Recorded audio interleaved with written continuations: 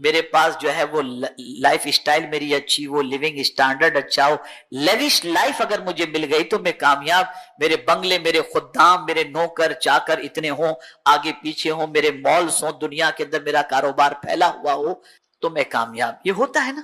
مجھے جواب دیجئے، میں سمجھوں کہ میں جو سمجھانا چاہ رہا ہوں آپ سمجھ رہے ہیں. یہی ہوتا ہے نا؟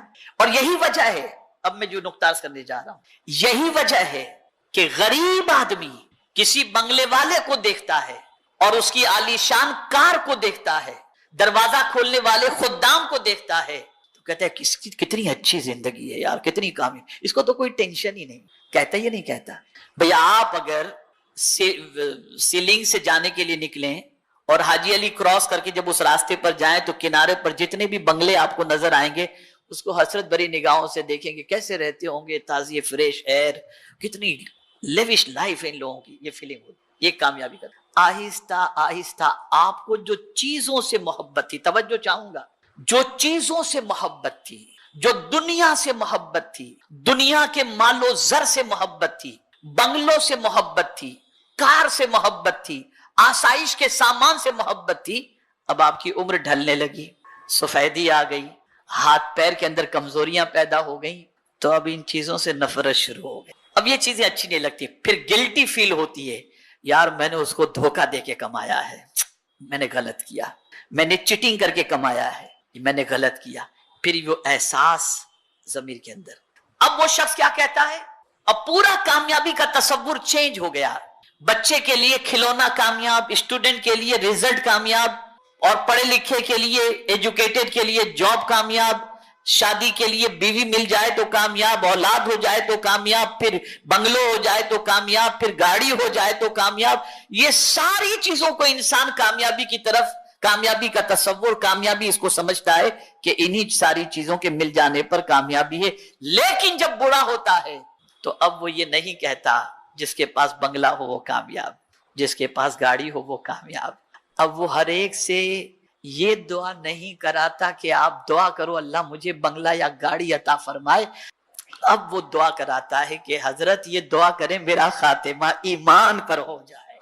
یعنی اب وہ کامیاب جو یہ سمجھ لے کہ میرا خاتمہ ایمان پر ہوا، اب اس کے نزدیک ایمان کی اہمیت سمجھ میں آ گئی کہ سب کچھ ہوتے ہوئے میں کامیاب نہیں، میں تو کامیاب اس وقت ہو جاؤں گا جب خاتمہ میرا ایمان پر. اس وقت ایمان کی اہمیت سمجھ میں آتی ہے، اس وقت ایمان کا مقام سمجھ میں آتا ہے. اور پوری زندگی بے ایمانی اور چیٹنگ کر کے جو دنیا جمع کی، اس دنیا سے پھر نفرت پیدا ہو جاتی ہے اور انسان یہ تصور کرنے لگتا ہے یہ سب بے وفا ہے. خدا کی قسم میں آپ کو کیا بتاؤں، یہ پوری دنیا بے وفا ہے.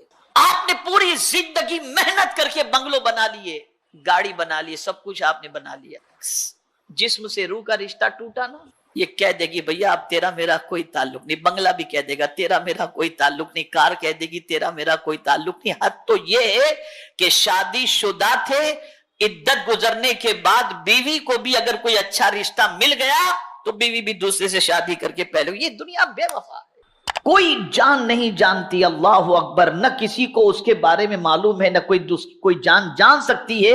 اللہ اکبر. قرآن کہتا ہے تو کسی جی کو معلوم جو آنکھ کی ٹھنڈک ان کے لیے چھپا رکھی ہے.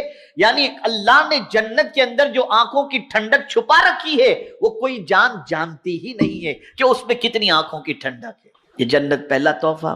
دوسرا تحفہ، اللہ اکبر اللہ اکبر. خدا کی قسم قربان جائیے اس بات پر. اگر ہمیں کوئی ہمارا بڑا سلام کر دے تو ہم لوگوں سے کہتے ہیں یار انہوں نے مجھے سلام کیا.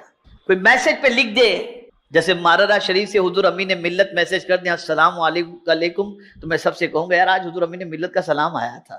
ہوتا ہی نہیں ہوتا؟ بتائیے کوئی بڑا اگر سلام لکھ دے تو آدمی خوش ہوتا ہے نا.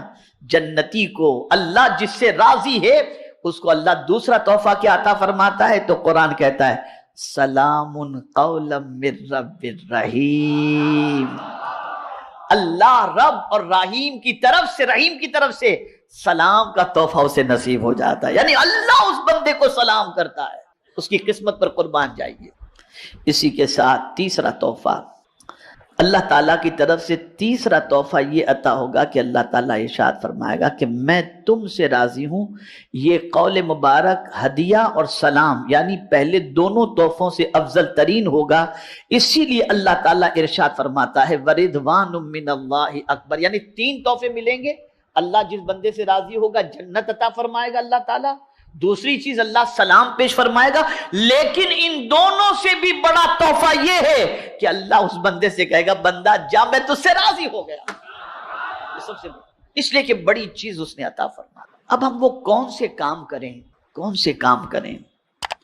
جس کی بنیاد پر اللہ عز و جل ہم سے راضی ہو جائے اور اللہ عز و جل کی رضا ہمیں حاصل ہو جائے. تو اب سماعت فرمائے. حضرت موسیٰ کلیم اللہ علیہ السلام نے اللہ عز و جل کی بارگاہ اقدس میں عرض کیا یا اللہ مجھے وہ بات ارشاد فرما دے جس میں تیری رضا ہو. وہ بات ارشاد فرما دے جس میں تیری رضا ہو تاکہ میں اسے کروں. یعنی تو کس چیز سے راضی ہوتا ہے مولا ذرا مجھے وہ بتا دے. قربان جائیے کلیم ہیں، اللہ ان سے کلام کرتا ہے. اس مرتبے پر پہنچنے کے باوجود بھی اگر فکر مند ہے تو اس بات کی کہ اللہ مجھ سے راضی ہو جائے. مولا مجھے کوئی ایسی بات بتا دے جس سے تو راضی ہو جا. اللہ اکبر. اللہ تعالیٰ کا حکم ہوا کہ تیری ناخوشی میں ہی میری رضا ہے. سمجھے نہیں سمجھے؟ تیری ناخوشی ہی میں میری رضا ہے. یعنی تیری کوئی خواہش ہے ہی نہیں. تجھے کچھ ملے کہ نہ ملے تو خوش اور ناخوش کا مسئلہ تیرا رہتا ہی نہیں ہے. تیرا حال تو یہ ہوتا ہے میں کچھ بھی دے دوں تو ناخوش نہیں ہوتا. توجہ چاہوں گا. میں کچھ بھی دے دوں تو ناخوش نہیں ہوتا. اگر تیری یہ پوزیشن ہے تو اسی میں میری رضا ہے. اس لیے کہ تم ملنے والی چیز کو مت دیکھ، دینے والے کو دیکھ کے کس کی طرف سے ہے. اس لیے ہم اور آپ مال ملتا ہے تو چہرہ کھل جاتا ہے اور اللہ والوں کا حال یہ ہوتا کہ تکلیفیں آتی تو چہرہ کھل جاتا اور کہتے تھے مال کے ملنے میں، نعمتوں کے ملنے میں تو ہماری پسند بھی داخل ہے لیکن تکلیف میں تو ہماری پسند نہیں، صرف مولا کی پسند داخل ہے. یہ اللہ والوں کی شان. تو رب نے فرمایا تیری ناخوشی ہی میں میری رضا ہے. یعنی میری کسی بات پر تو ناخوش ہو ہی نہیں. اگر تیری یہ پوزیشن ہے تو موسیٰ اسی میں میری رضا ہے. اللہ اکبر. حضرت موسیٰ کلیم اللہ علیہ السلام نے عرض کیا یا اللہ وہ کون سی بات ہے؟ ارشاد مبارک ہوا میری رضا اس میں رہے کہ تو میری قضا پر راضی رہے، میرے فیصلے پر راضی رہے. حضرت موسیٰ علیہ السلام نے اپنی مناجات میں عرض کیا یا اللہ تیری مخلوق میں سے تجھے کون سب سے زیادہ محبوب؟ اب دعا فرما اے اللہ بتا تیری مخلوق میں تجھے سب سے زیادہ کون محبوب ہے؟ اللہ تعالیٰ کی طرف سے ارشاد گرامی کہ وہ شخص کہ جس سے میں اس کی محبوب چیز لے لوں، جس سے میں اس کی محبوب چیز لے لوں اور وہ پھر بھی مجھ سے پیار کرے. سبحان. جس سے میں اس کی محبوب چیز لے لوں پھر بھی وہ مجھ سے پیار کرے. اب محبوب چیز کے اندر آپ کچھ بھی سمجھ لگ سکتے ہیں، اولاد ہے، مال ہے، کچھ بھی ہے. جس سے میں اس کی محبوب چیز لے لوں وہ پھر بھی مجھ سے ہی پیار رکھے. پھر حضرت موسیٰ علیہ السلام نے عرض کیا وہ کون لوگ ہیں جن پر تو خفا ہوتا ہے؟ اللہ تعالیٰ نے ارشاد فرمایا کہ وہ لوگ ہیں جو کسی کام میں مجھ سے بھلائی مانگتے رہتے ہیں.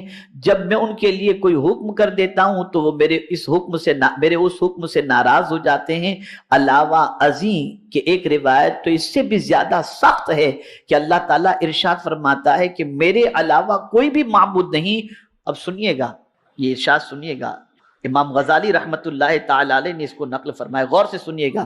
اللہ اکبر. اللہ تعالیٰ ارشاد فرماتا ہے کہ میرے علاوہ کوئی بھی معبود نہیں اور جو شخص میری بھیجی ہوئی مصیبت پر صبر نہ کرے اور میری عطا کردہ نعمتوں کا شکر ادا نہ کرے، میرے حکم پر راضی نہ ہو، پھر اسے چاہیے کہ میرے علاوہ کوئی اور رب ڈھونڈ لے، میرے علاوہ کوئی اور معبود ڈھونڈ لے. پتہ چلا جب اللہ کی طرف سے کوئی مصیبت آئے تو اس پر صبر کرو، نعمتیں ملے اس پر اللہ کا شکر ادا کرو، اور پھر اللہ کوئی تمہارے حوالے سے فیصلہ فرما دے تو اس پر راضی رہو. اور اگر یہ کیفیت نہیں بنتی تو اللہ فرماتا ہے پھر کوئی دوسرا معبود ڈھونڈ لو. ترکیہ کا زلزلہ ہو، سیریا کا زلزلہ ہو، دنیا میں کوئی بھی چیز ہو، اگر اللہ عز و جل نے چاہا، یہاں تک فرمایا گیا کہ جادو بھی اسی وقت اثر کرتا ہے جب اللہ تعالیٰ چاہتا ہے۔ اس سے بچنے کا ہمیں حکم دیا، بچنے کے طریقے بتائے، علاج کے طریقے بتائے۔ میں اس کو ایک مثال کے ذریعے سمجھاؤں گا تو بات اچھی طرح سمجھ میں آئے گی۔ چھری کا کام کیا ہے؟ بھئی بولیے نا، آپ بولیے، ایک ایسا بولیے کہ مجھے لگے کہ آپ سب سمجھ رہے ہیں، ہے نا؟ چھری کا کام، تیز چھری، اس کا کام کیا ہے؟ کاٹنا ہے نا۔ لیکن کیا بات ہے، حضرت اسماعیل علیہ السلام کے گردن پر چھری کاٹی نہیں؟ تو بات سمجھ میں آئی کہ چھری اسی وقت کاٹ سکتی ہے جب مولا چاہے، وہ نہ چاہے تو چھری بھی نہیں کاٹ سکتی۔ آگ کا کام کیا ہے؟ حضرت ابراہیم کو جلائی تھی؟ نہیں، آگ باغ میں تبدیل ہو گئی، اس لیے کہ مولا نے نہ چاہا، کچھ نہیں ہوا۔ اور ایک بندے مومن کو ہمیشہ یہ چاہیے کہ اللہ کا جو فیصلہ ہے مجھے منظور ہے، نہ آپ کے چاہے سے کچھ ہو سکتا ہے، نہ میرے چاہے سے کچھ ہو سکتا ہے، ہوگا وہی جو اللہ چاہتا ہے۔ وَمَا تَشَاءُونَ إِلَّا أَن يَشَاءَ اللَّهُ، جو اللہ چاہتا ہے وہی ہوگا۔ تو اللہ کے فیصلے پر راضی رہنے کی کوشش کرنی چاہیے۔ میرے پیارے آقا صلی اللہ تعالی علیہ وسلم کے پیارے دیوان، نبی اکرم صلی اللہ علیہ وسلم نے صحابہ کرام علیہم الرضوان سے دریافت فرمایا کہ تم کیا ہو؟ کس سے پوچھ رہے ہیں حضور صلی اللہ علیہ وسلم؟ صحابہ سے۔ تم کیا ہو؟ صحابہ کرام نے عرض کیا کہ ہم ایماندار ہیں۔ کیا جواب دیا سرکار کو؟ ہم ایماندار ہیں۔ اب حضور صلی اللہ علیہ وسلم نے فرمایا تمہارے ایمان کی علامت کیا ہے؟ تمہارے ایمان کی علامت کیا ہے؟ عرض کیا، اب دیکھیں ابتدا کہاں سے کرتے ہیں ایمان پر؟ عرض کرتے ہیں کہ ہم بلا پر صبر کرتے ہیں، جب کوئی مصیبت آتی ہے تو ہم اس پر صبر کرتے ہیں، اور پھر کہتے ہیں بوقت وسعت اللہ کا